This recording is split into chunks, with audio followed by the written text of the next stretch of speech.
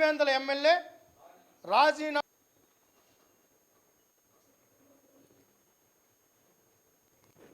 దీని మీద మాట్లాడి దీని మీద చర్చకి సిద్ధం, బహిరంగ చర్చకి సిద్ధం. పేర్ని నాని వచ్చినా, రోజా వచ్చినా, ఎలక్ట్రానిక్ అండ్ ప్రింట్ మీడియా వారికి నమస్కారాలు తెలియజేసుకుంటూ, మామూలుగా మనం సినిమాల్లో చూసుంటాం. బ్రహ్మానందం ఒక సినిమా ఉంది, బ్రహ్మానందం గారు ఏ దొంగతనం చేసినా దొరికిపోతాడు. అతని స్పెషాలిటీ అది. ఈ రాష్ట్రంలో జగన్మోహన్ రెడ్డి పరిస్థితి కూడా అంతే. ఆయన ఏది మొదలుపెట్టినా ఆయన చుట్టూనే తిరుగుతుంది అన్నీ. అసలు దొంగ ఆయనే. మీరు ఒకసారి చూస్తే డిఎస్సి ఇష్యూ ఎందుకు వచ్చింది అని ఒకసారి బాగా క్షుణ్ణంగా చూస్తే, జూన్ నుంచి డిఎస్సి ఇష్యూ స్టార్ట్ అయింది. దేనికిరా స్టార్ట్ అయిందని చూస్తే నిన్న తెలిసింది ఏంటంటే, సిట్టు నివేదికలో స్పష్టంగా, ఎందుకంటే జడ్జి గారు అక్కడ జ్యుడిషియల్ ముందనే ఇవన్నీ జరిగినాయి, జ్యుడిషియల్ అండర్లో జరిగింది కాబట్టి దీన్ని మనం రేపు మ్యానిపులేట్ చేయలేమని చెప్పి డిఎస్సి ఇష్యూని సంవత్సరం తర్వాత మొదలుపెట్టి డిఎస్సిలో ఏదో జరిగిందని ముందు తెచ్చేస్తే గ్రూప్ 1లో జరిగిన భాగోతం బయటపడదనే ఉద్దేశంతో మొదలుపెట్టాడనేది నిన్న స్పష్టంగా తెలిసిపోయింది. సిట్ రిపోర్ట్తో ఏపీపీఎస్సి గ్రూప్ 1కి సంబంధించి నిన్న ఏదైతే సిట్ రిపోర్ట్ ఉందో దాన్ని చూసిన తర్వాత స్పష్టంగా అర్థమైంది డిఎస్సి ఎందుకు ఇంత రాద్ధాంతం చేశారంటే, గత ప్రభుత్వంలో ఆయన హయాంలో ఆయన ఏపీపీఎస్సిని కుంభకోణంగా మార్చేసి ఏదైతే గ్రూప్ 1 ఆఫీసర్స్, ఆర్డీఓలు, ఎంపీడీఓలు, ఎక్సైజు, ఏదైతే డిపార్ట్మెంట్కి సంబంధించిన ఈ రాష్ట్రంలో కీలకమైన అధికారుల నియామకాన్ని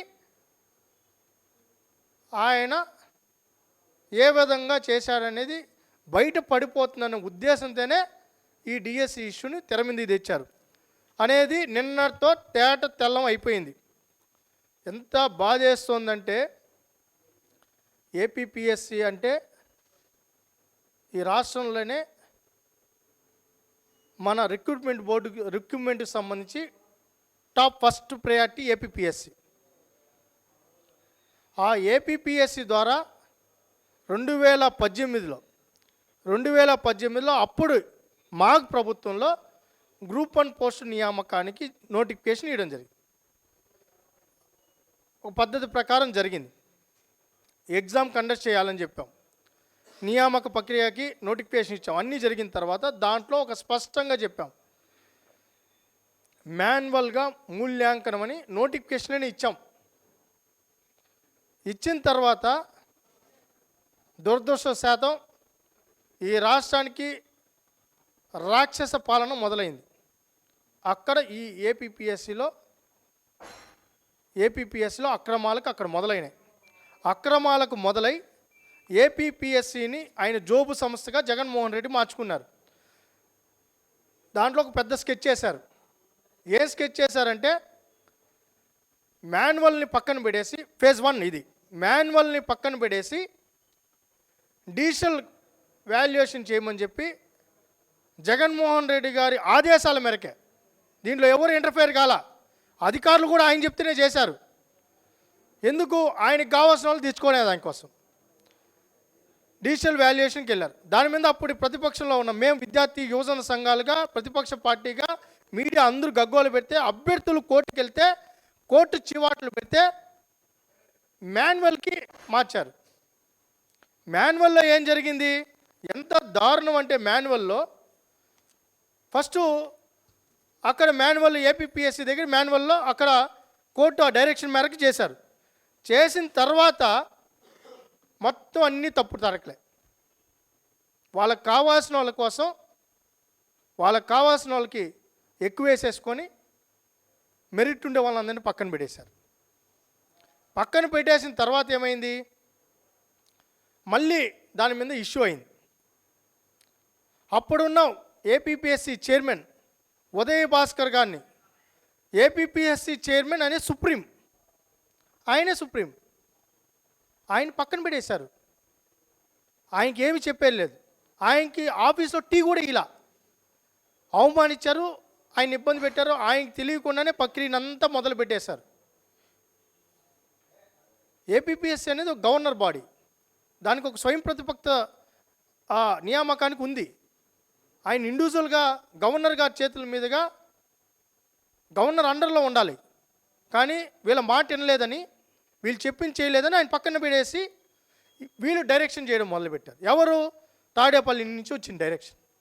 తాడేపల్లి నుంచి వచ్చిన డైరెక్షన్ మేరకు వాళ్ళకి నచ్చేట్టుగా మూల్యాంకనం చేశారు.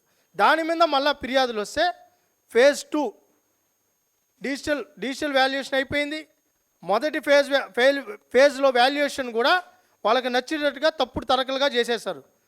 దాని తర్వాత అక్కడ ఇంకా దారుణం ఏంటంటే, ఏపీపీఎస్సీలో స్ట్రాంగ్ రూమ్కి సంబంధించి సీసీ కెమెరాలను కూడా మామూలుగా ఏపీపీఎస్సీ సంబంధించి అక్కడ ఖచ్చితంగా సీసీ కెమెరాలు ఉండాలి. సీసీ కెమెరాలు తీసేసినారు. అక్కడ ఎవరైనా దాంట్లో ప్రైవేట్ ఏజెన్సీకి సంబంధించిన వాళ్ళు 10 సార్లు దాంట్లోకి వచ్చినట్టు స్పష్టంగా ఉంది, కానీ ఎక్కడ రికార్డ్ అవ్వాల, బుక్లో ఎక్కడ రాయలా. ఈరోజు దాంట్లో ఏవైతే ప్రశ్నాపత్రాలు ఉన్న చోట ప్రైవేట్ వ్యక్తులు ఎలా వచ్చారనేది ఇంక మీరు అర్థం చేసుకోండి, దీని ఎవరి హస్తం ఉందనేది. అదైన తర్వాత ఇది మేము ఇచ్చింది కాదు, ఇది కాదు, సిట్ జ్యుడిషియల్ అండర్లో జరిగిన సిట్ అండర్లోనే ఇదంతా నీట్గా నివేదిక స్పష్టంగా ఇవ్వడం జరిగింది. దాని తర్వాత ఏంటి, ఎవరైతే మూల్యాంకనం చేసే వాళ్ళు ఎవరైతే ఉన్నారో ఇన్విజిలేటర్స్, ఆ ఇన్విజిలేటర్స్ ఎవరు తెలుసా? మీరు ఊహించగలుగుతారా? ఆర్డీఓని ఎంపీడీఓని నిర్ణయించే వాళ్ళు రాసిన పేపర్ని కరెక్ట్ చేసేదానికి ఎవరైనా యూనివర్సిటీ ప్రొఫెసర్సో లేకపోతే లెక్చర్లో, డిగ్రీ కాలేజ్ లెక్చర్లో, లేకపోతే ఆ స్టామినా ఉన్న వాళ్ళు సెలెక్ట్ చేస్తారు. వాళ్ళు ఎవరిని సెలెక్ట్ చేస్తారు తెలుసా? ఆటో డ్రైవర్లని, గృహిణీలను, ఈ సెక్యూరిటీ గార్డులు ఉంటారు కదా, సెక్యూరిటీ గార్డులు, ప్రైవేట్ టీచర్లు, క్లర్కులు, ప్రైవేట్ ఎలక్ట్రికల్ పనులు చేసుకుంటున్న ఎలక్ట్రీషియన్సు, ఇంకా దారుణం ఏంటంటే బిల్డింగులు కట్టుకునే ప్రైవేట్ పనులు చేసుకునే ఆ మేస్త్రులను తీసుకుని వచ్చి ఆర్డీఓల నియామకానికి సంబంధించిన పేపర్ మూల్యాంకనం చేశారు. ఆర్డీఓలు అంటే ఒక 5 ఏళ్ళ తర్వాత 10 ఏళ్ళ తర్వాత కంఫర్ట్ ఐఏఎస్ ఆఫీసర్లు అవుతారు. మన రాతలను వాళ్ళు రాస్తారు. ఈ జిల్లా మెజిస్ట్రేట్ అవుతారు, వాళ్ళు డిఎస్పీలు, ఎస్పీలు అవుతారు. వీళ్ళని ఎలక్ట్రీషియన్సు, గృహిణీలు, సెక్యూరిటీ గార్డులు, క్లర్కులు, తాపీ మేస్త్రులు వీళ్ళు డిసైడ్ చేసినారు. వాళ్ళని నియామకం చేసింది వాళ్ళు. ఏది? ఆర్డీ వాళ్ళని, ఎంపీడీ వాళ్ళని, గెజిటెడ్ ఆఫీసర్స్ని బాధేస్తుంది, కళ్ళల్లో నీళ్ళు వస్తున్నాయి. ఇంత దుర్మార్గమా? సిట్ ఇచ్చిన నివేదిక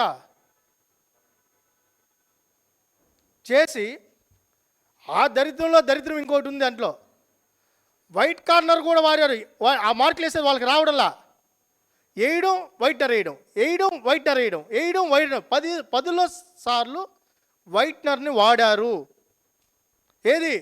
గ్రూప్ 1 ఆఫీసర్స్ ఏదైతే ఆ పేపర్ కరెక్షన్లో వైట్నర్లు వాడారు.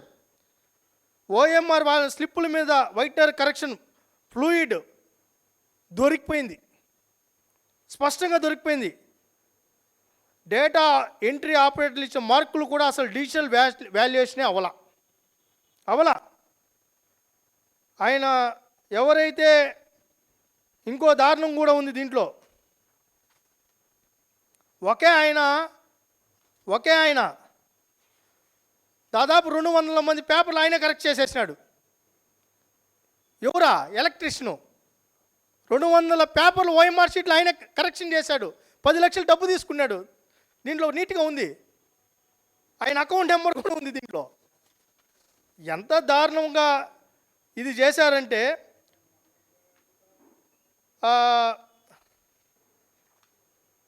ఇంకా ఇంక వీళ్ళని ఏమనాలో కూడా మాకు అర్థం కావడంలా.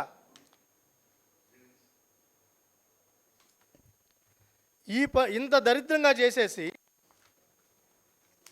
ఈ దరిద్రంలో ఇంకో దరిద్రం కూడా ఉంది. మెయిన్ వాల్యుయేషన్లో 400 మార్కులు, 416 పాయింట్ మార్కులు వస్తే వాళ్ళకి ఇంటర్వ్యూలో ఎంత వేశారంటే 40 మార్కులు, 50 మార్కులు. వీళ్ళకి కావాల్సిన వాళ్ళకి 370 వస్తే వీళ్ళకి 70 మార్కులు వేసుకున్నారు. బాగా మెరిట్ ఉండే వాళ్ళకి ఇంటర్వ్యూలో 30కి 40కి తగ్గించేశారు. దాని తర్వాత వీళ్ళకి కావాల్సిన వాళ్ళకి 70 మార్కులు వేసేసుకున్నారు ఇంటర్వ్యూలో. వేసేసుకొని అభ్యర్థులు ప్రకటించారు. దాని మీద మళ్ళీ ఆరోపణలు వస్తే ఇది మూడో పార్ట్ 3. ఇప్పుడు పార్ట్ 1, పార్ట్ 2 అయింది. పార్ట్ 3 మళ్ళా దీని మీద కంప్లైంట్స్ వచ్చాయి. ఇవన్నీ జరిగినాయంటే ఆయన రామాంజనేయులు గారిని ఎంటర్ చేశారు. నమ్మకస్తుడు జగన్మోహన్ రెడ్డి గారికి బాగా నమ్మకస్తులు. చంద్రబాబు నాయుడు గారిని బాగా ఇబ్బంది పెట్టారు. మనం చెప్పింది చేస్తాడు, ఎవరినైనా అరెస్ట్ చేసి లోపల వేసేస్తాడని ఈయనకి ఇచ్చారు.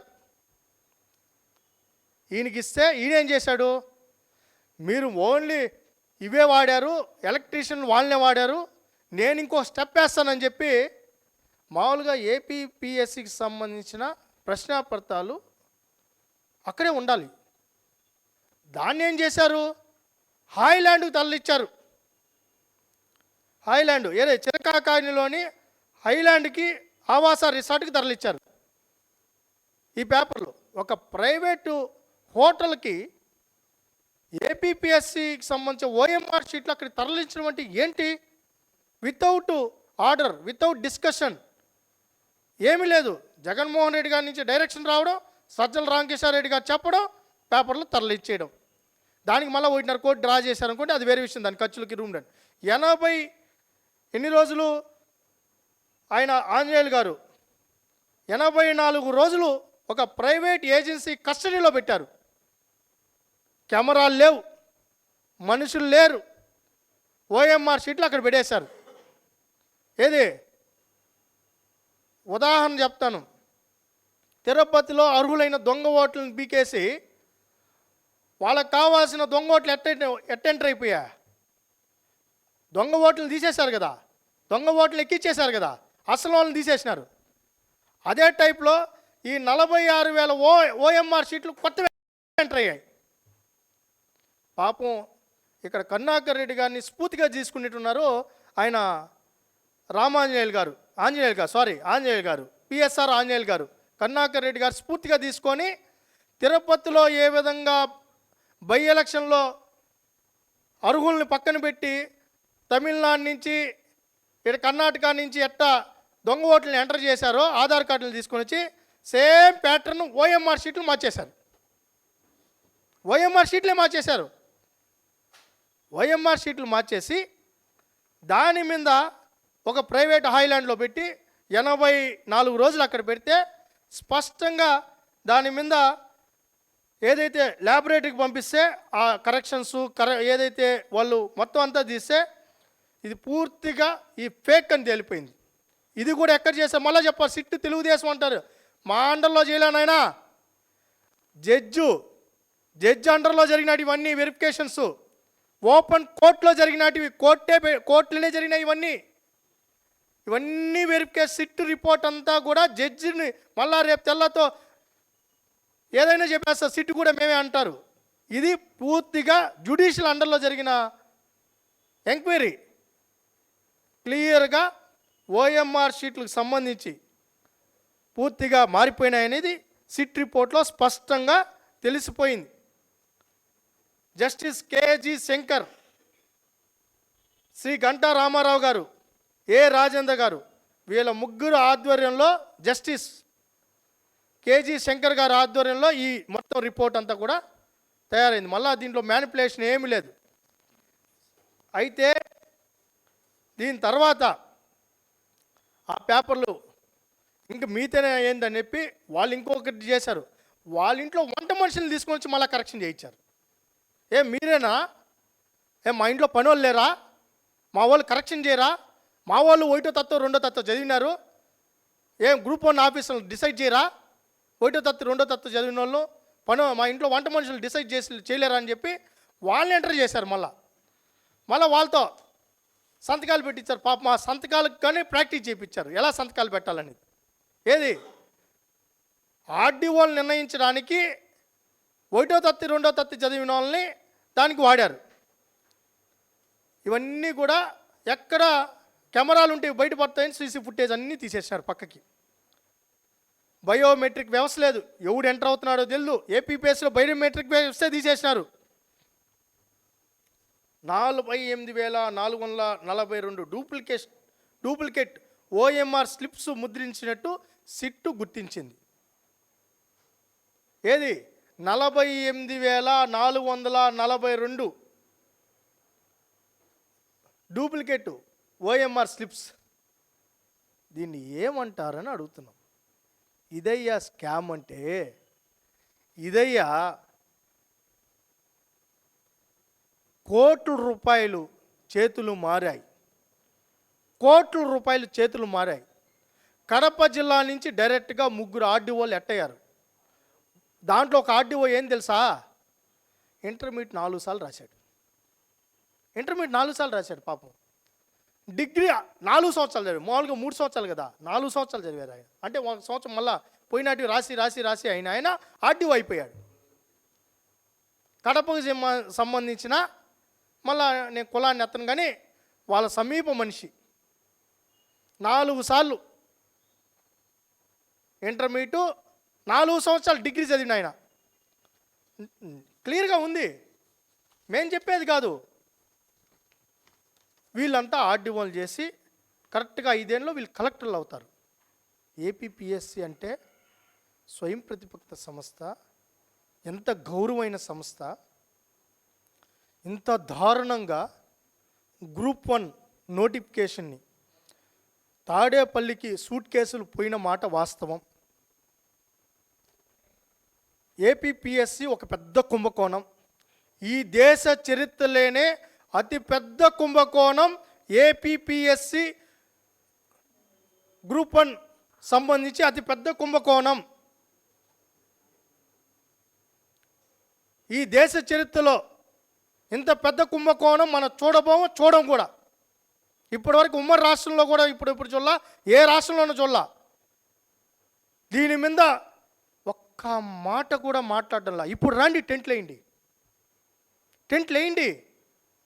రాష్ట్ర వ్యాప్తంగా జంజీలు, వయోవృద్ధులు, కుర్రవృద్ధులు, కాటికి కాలు చాపేసిన వాళ్ళు, పింఛన్ తీసుకునే వాళ్ళతో ర్యాలీలు చేయండి.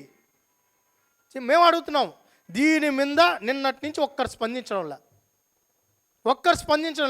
గ్రూప్ 1 మీద బహిరంగ చర్చకు సిద్ధం. సిట్టి నివేదిక మీద బహిరంగ చర్చకు సిద్ధం.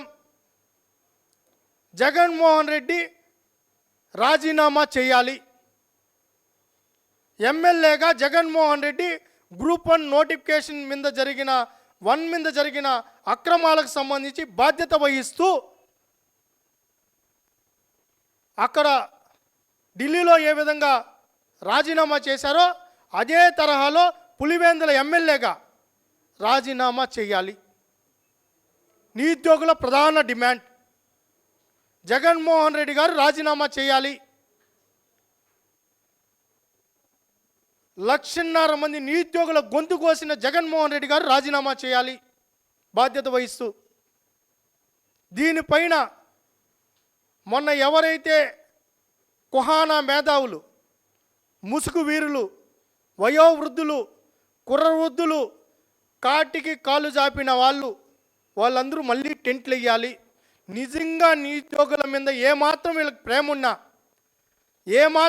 ఉన్నా, నిరుద్యోగుల పక్షాన ఏమాత్రం ఉన్నా, మొన్న మాట్లాడిన ప్రతి ఒక్కరూ గ్రూప్ 1 మీద మాట్లాడాలి, చర్చించాలి, నిరాహార దీక్షలు చేయాలి, ర్యాలీలు చేయాలి. జగన్మోహన్ రెడ్డి గారు ఎందుకు స్పందించరు అని అడగాలి. ఇప్పటికే నిరుద్యోగం చేసి నిన్న డిమాండ్ చేసింది జగన్మోహన్ రెడ్డి గారు రాజీనామా చేయాలని. నిజమైన నిరుద్యోగం చేసి నిన్న డిమాండ్ చేసి 7 సంవత్సరాల నుంచి పోరాటం చేస్తున్నారు. గ్రూప్ 1 మీద కేసులు పెట్టించుకున్న వాళ్ళు ఉన్నారు. కేసులు పెట్టించుకున్న వాళ్ళు ఉన్నారు. వివిధ సంఘాల మీద ఆ రోజు గ్రూప్ 1లో అక్రమాలు జరిగాయని పోరాటాలు చేస్తే కేసులు పెట్టారు. దానికి బాధ్యత వహిస్తూ జగన్మోహన్ రెడ్డి గారు రాజమండ్రి 100 కోట్ల కుంభకోణం జరిగింది, గ్రూప్ 1 పోస్టులు అమ్మేసుకున్నారు, గ్రూప్ 1 పోస్టులు అమ్మేసుకున్నారు, ఇదంతా పెద్ద స్కాము, ఇది డైరెక్షన్ మొత్తం జగన్మోహన్ రెడ్డి గారి ఇంటి నుంచే జరిగింది, ఆయన సమక్షంలో జరిగింది, ఉదయ్ భాస్కర్ గారిని ఎందుకు పక్కన పెట్టారు, ఏపీపీఎస్సీ చైర్మన్ని ఎందుకు పక్కన పెట్టారు, గౌతమ్ సవాంగ్ గారిని ఎందుకు తీసుకొని వచ్చారు, దీనికి సమాధానం చెప్పాలి. జగన్మోహన్ రెడ్డి గారు దీని మీద ప్రెస్ మీట్ పెట్టాలి. రెండవది, దీని మీద అభ్యర్థులే కోర్టుకు వెళ్ళారు, వితిన్ 3 monthsలో కోర్టుకు వెళ్ళారు, డిజిటల్ వాల్యుయేషన్ మీద కోర్టుకు వెళ్ళారు. కోర్టు ఆ రోజు ముటిక్కేసింది. డిఎస్సి మీద ఎవరు కోర్టుకు వెళ్ళా, సంవత్సరం అయింది, వాళ్ళు టీచర్గా ఉన్నారు.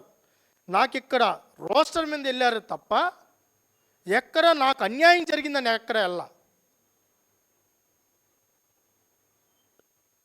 ఇట్లా మూల్యాంకనంలో తప్పు జరిగిందని ఎక్కడ వెళ్ళా.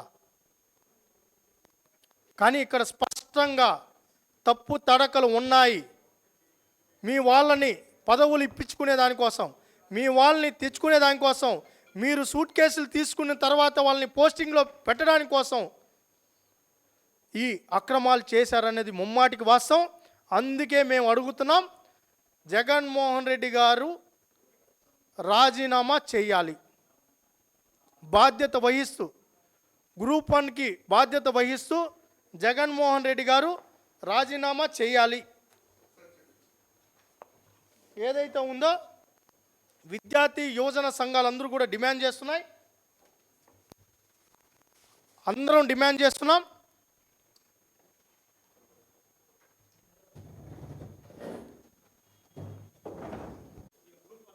గ్రూప్ 1 మీరే నాతో 3 సార్లు ఇంటర్వ్యూ చేశారు.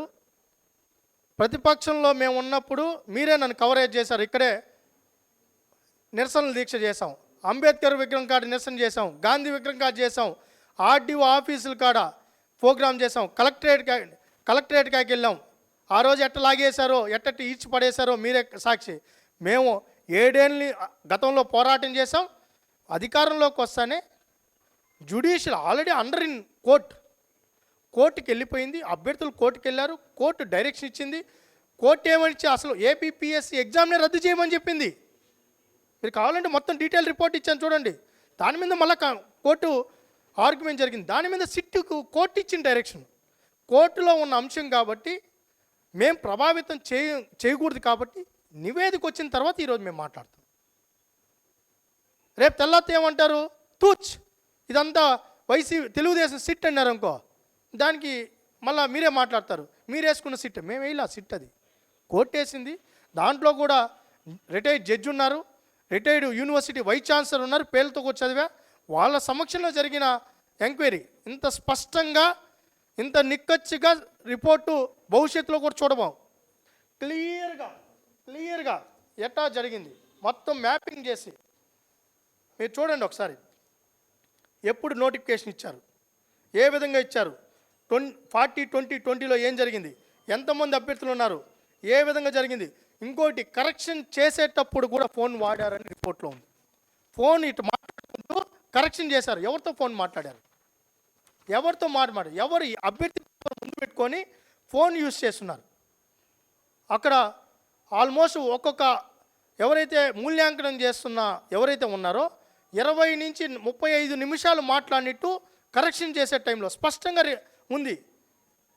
ఏదైతే ఉందో ఏ మార్కర్స్ వాడారు, ల్యాబొరేటరీస్ 7 టాప్ ఇండియాలో ఉన్న టాప్ ప్రతి దాంట్లో క్షుణ్ణంగా పరిశీలించిన తర్వాత ఏమేం జరిగింది, సీసీ కెమెరాలు లేవు, ఎన్ని రోజులు లేవు, మొత్తం స్పష్టంగా నివేదికింది. మొత్తం మీకు డీటెయిల్గా ఇస్తాం. ఆ రిపోర్ట్ కూడా నేను గ్రూప్లో పెట్టాం, మీరు కూడా స్టడీ చేయండి. అదే చెప్పాం కదా, నాకు తెలిసి ఇంత పర్ఫెక్ట్ క్రైమ్ భవిష్యత్తులో కూడా చేయలేదు. మన దరిద్రం ఏంటంటే ఆర్డీఓ అంటే మీకు ఎవరు అనేది మీకు తెలుసు. ఎంపీడీఓ అంటే ఏందో తెలుసు, ఎక్సైజ్ ఆఫీసర్స్ అంటే ఏంటో తెలుసు, తర్వాత ఎవరి పాత్ర ఏంటనేది ఈ ప్రభుత్వంలో ఎంత కీలకమైన అధికారులు అనేది తెలుసు. అలాంటి కీలకమైన అధికారుల్ని ఎలక్ట్రీషియన్సు, ప్లంబర్సు, తాపేదారులు నిర్ణయం తీసుకున్న చరిత్ర ఏదన్నా ఉందా? మీరు కూడా గలం ఇప్పాలి. రేపు తెల్లాతో మీకు కూడా ఏదైనా కావాలంటే ఆ ఆర్డీఓ దగ్గరికే పోవాలి.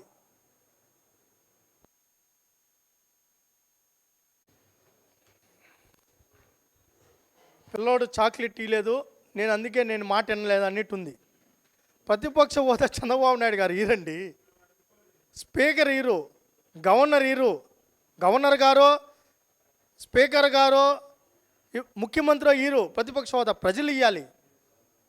నువ్వు మంచి చేస్తుంటే నీకు ఓట్లు వేసుంటారు, సీట్లు వచ్చేటివి. నువ్వు అందరు గొంతు కోసిన తర్వాత నీకు 11 సీట్లు వచ్చా. నువ్వు అడగాల్సింది ప్రజల్ని, నాకెందుకు ప్రతిపక్ష హోదా ఇవ్వలేదు అని అడిగితే ప్రజలు చెప్తారు, అయ్యా ల్యాండ్ టైటిల్ యాక్ట్తో మా గొంతు కోసావు, మా భూములన్నీ 22A పెట్టేశావు, ఫీజు రియంబర్స్మెంట్ని తీసేశావు, ఉద్యోగ నోటిఫికేషన్ ఇవ్వలేదు, డిఎస్సి ఇస్తానని చెప్పి డిఎస్సి ఇవ్వలేదు, జాబ్ క్యాలెండర్ ఇస్తానని జాబ్ క్యాలెండర్ ఇవ్వలేదు, 2,30,000 పోస్టులు ఖాళీగా ఉన్నాయి, అవి భర్తీ చేస్తానని చెప్పి అవి భర్తీ చేయలేదు. దానికి తల్లికి ఏదైతే అమ్మఒడి అని చెప్పి ఎంతమంది ఉంటే అంతమందికి ఇస్తానని చెప్పి ఒకరికే ఇచ్చి ఇంకొకరిని మటన్ కోట్ల కాడ ఫిష్ కోట్ల కాడ పెట్టుకోమన్నారు. దాని తర్వాత టీచర్లని వైన్ షాపుల కాడ పెట్టిన దానికి ఏంటనేది అక్కడ చెప్తారు వాళ్ళు. పింఛన్ 3,000 ఇస్తానని చెప్పి 250 అని చెప్పి 5 సంవత్సరాలు 250 అని చెప్పి 5 సంవత్సరాలు 1,000 రూపాయలు పెంచేదానికి. దాన్ని నువ్వు అడిగితే ప్రజలు ఇవన్నీ చెప్తారు ఎందుకు ఇవ్వలేదని. మమ్మల్ని అడిగితే చంద్రబాబు నాయుడు గారు కూడా అన్నే సార్ నేను కాదయ్యా ప్రతిపక్ష హోదా ఇచ్చేది. ఇంకొక విషయం, ఇదే జగన్మోహన్ రెడ్డి గారు అసెంబ్లీ సాక్షిగా నేను అనుకుంటే 5 మంది ఎమ్మెల్యేలు లాగేస్తే 5 మంది ఎమ్మెల్యేలు ఇట్లా పట్టుమని లాగేస్తే చంద్రబాబు నాయుడు గారికి ప్రతిపక్ష హోదా కూడా ఉండదని చెప్పి మాట్లాడిన మాట వాస్తవం కదంటే, ఎమ్మెల్యే లేకపోతే ప్రతిపక్ష హోదా ఉండదని ఆయనే చెప్పింది. మరి ఎమ్మెల్యే లేకుండా ప్రతిపక్ష హోదా అడిగినా ఏమనాలా, ఆయన దద్దమ్మనాలా, ఇంకేమనాలా, మనల్ని ఏం చేస్తాడో మాకు అర్థం కాదు.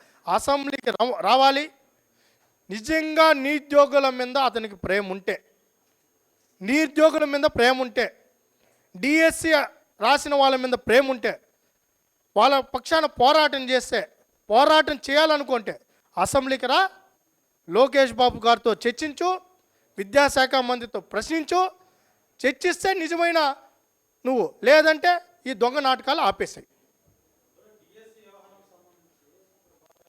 బాధాకరమైన విషయం ఏంటంటే, ఈ గ్రూప్ 1 2018 నోటిఫికేషన్ ఇచ్చిన తర్వాత దీని మీద 14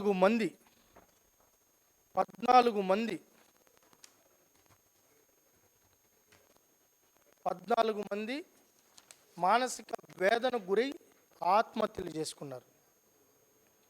14 మంది. ఈ గ్రూప్ 1 రిజల్ట్ పరిణామాల వల్ల, వీళ్ళు చేసిన తప్పు తడకల వల్ల 14 మంది ఆత్మహత్య చేసుకొని చనిపోయారు. దీనికి ఎవరు బాధ్యత వహిస్తారు? ఇది జగన్మోహన్ రెడ్డి గారి హత్యలే. ముమ్మాటికి జగన్మోహన్ రెడ్డి గారి హత్యలే. ఆయన చేసిన తప్పిదాల వల్ల, ఆయన ప్రభుత్వం చేసిన తప్పిదాల వల్ల దీని మీద ఎవరు బాధ్యత వహిస్తారు? మీకు క్లియర్గా ఎలా జరిగింది, ఏ విధంగా జరిగిందో డీటెయిల్ రిపోర్ట్ అంతా మొత్తం మీడియాకి ఇస్తున్నాం. మీరు కూడా క్షుణ్ణంగా గమనించండి. ఎంత విస్తురుపోయే ఊహించని విధంగా సినిమాలు కూడా, నాకు తెలిసి రాజమౌళి గారు, కొరటాల శివ గారు, మన పుష్ప సినిమా తీశారు ఆయన సుకుమార్ గారు, లేకపోతే కేజీఎఫ్ తీసిన వాళ్ళైనా, మొన్న దురంధర్ సినిమా తీసిన వాళ్ళైనా, వాళ్ళు కూడా భయపడిపోతారు ఈ మూల్యాంకనం చూస్తే. వాళ్ళకు కూడా రాదు, ఈ థాట్స్ కూడా రావు. ఒక క్రైమ్ని ఎంత పర్ఫెక్ట్గా చేయొచ్చో ఈ గ్రూప్ 1 సంబంధించిందే ఉదాహరణ.